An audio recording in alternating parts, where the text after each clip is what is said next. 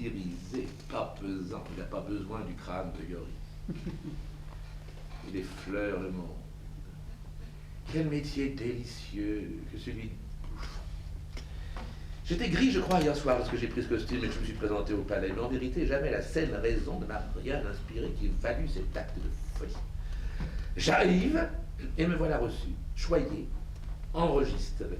Est-ce qu'il y a de mieux encore? Oublié. Je vais et viens dans ce palais comme si je l'avais habité toute ma vie. Tout à l'heure, j'ai rencontré le roi, il n'a même pas eu la curiosité de me regarder. Son bouffon étant mort, on lui a dit ici, renvoie un autre. C'est admirable. Ah, Dieu merci, voilà ma cervelle à l'aise. Je puis faire toutes les balivernes possibles sans qu'on me dise rien pour m'en empêcher. Je suis un des animaux domestiques du roi de Bavière, et si je veux, tant que je garderai ma bosse et ma perruque, on me laissera vivre jusqu'à ma mort, entre un espagnol et une pintade. En attendant, mes créanciers peuvent se casser le nez contre ma porte tout à leur aise. Je suis aussi bien en sûreté ici, sous cette perruque, que dans les Indes occidentales. Oh, mais n'est-ce pas la princesse que j'aperçois dans la chambre voisine, à travers cette glace? Elle rajuste son voile de noces.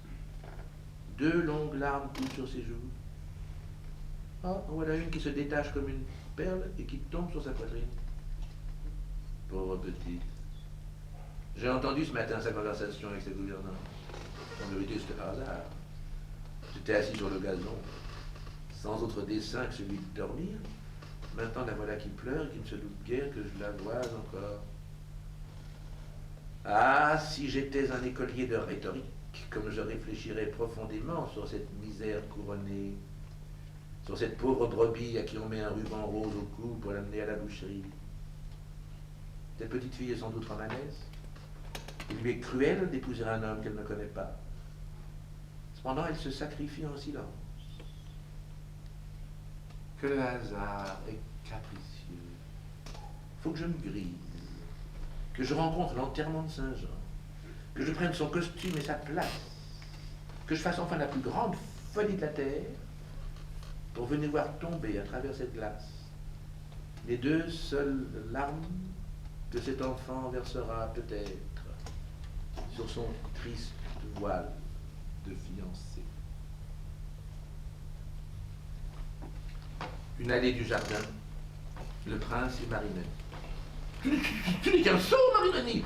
Votre Altesse se trompe sur mon compte de la manière la plus pénible. 200 mètres plus tard, vous ne pouvez pas empêcher cela! Mais comment pouvez-je empêcher, Votre Altesse, de s'attirer les désagréments qui sont la suite nécessaire du rôle supposé qu'elle joue? Vous m'ordonnez de prendre votre nom et de me comporter en véritable prince devant tout. Puis-je empêcher le roi de Bavière de faire un affront à mon maître de camp? Oh, me dire que je suis un impertinent en présence de toute la cour parce que j'ai voulu baiser la main de la princesse? Ah, moi je suis prêt à lui déclarer la guerre, hein, et à retourner dans mes états pour me mettre à la tête de mes armées. Mais songez, Votre Altesse, que ce mauvais compliment s'adressait à l'aide de camp et non au prince.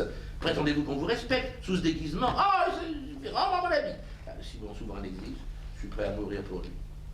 En vérité, je ne sais que résoudre. D'un côté, je suis furieux, ce qui m'arrive, et puis d'un autre, je suis désolé de renoncer à mon projet.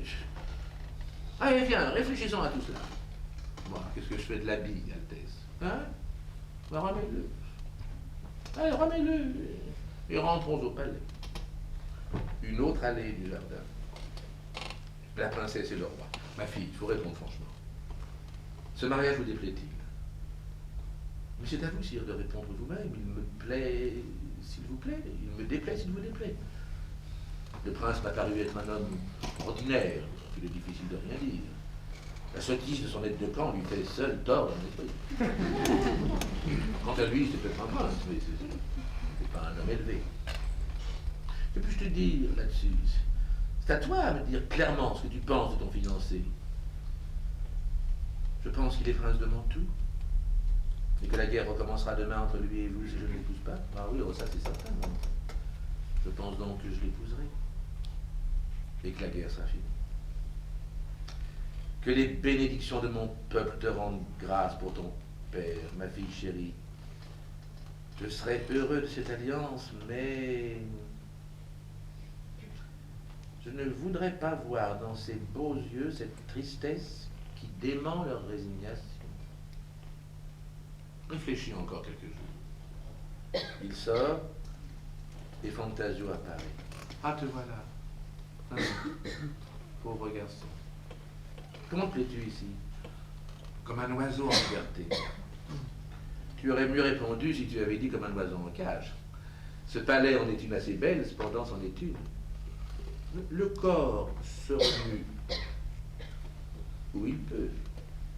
Et l'imagination ouvre quelquefois des ailes grandes comme le ciel dans un cachot grand comme la main. Ainsi donc, tu es un heureux fou. Très heureux. Je fais la conversation avec les petits chiens et les marmitons. Il y a un roquet, pas plus haut que ça dans la cuisine, qui m'a dit des choses charmantes. En quel langage? Ah, dans le style le plus pur. Il ne ferait pas une seule faute de grammaire dans l'espace d'une année. Pourrais-je entendre quelques mots de ce style? Non, en vérité, princesse, je ne le voudrais pas. C'est une langue qui est particulière. Il n'y a pas que les requins qui la parlent. Les arbres, les grains de blé eux-mêmes la savent aussi. Et les filles du roi ne la savent pas. À quand votre noce? Dans quelques jours, tout sera fini. Ah, c'est-à-dire que tout sera commencé.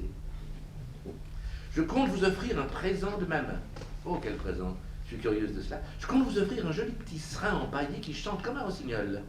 Bah, comment vais-tu chanter s'il est empaillé? Ah, il chante parfaitement. Tu te moques de moi avec un rare acharnement, mais pas du tout. Mon serin a une petite serinette dans le ventre. On pousse tout doucement un petit ressort sous la patte gauche, et il chante tous les opéras nouveaux, exactement comme Mademoiselle Grisi. Une invention de ton esprit, sans doute.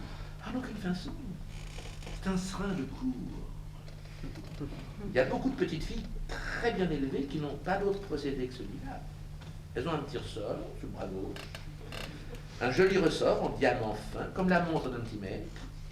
Le gouverneur ou la gouvernante fait jouer le ressort, et vous voyez aussitôt les lèvres s'ouvrir avec le sourire le plus gracieux, une charmante cascatelle de paroles mielleuses sort avec le plus doux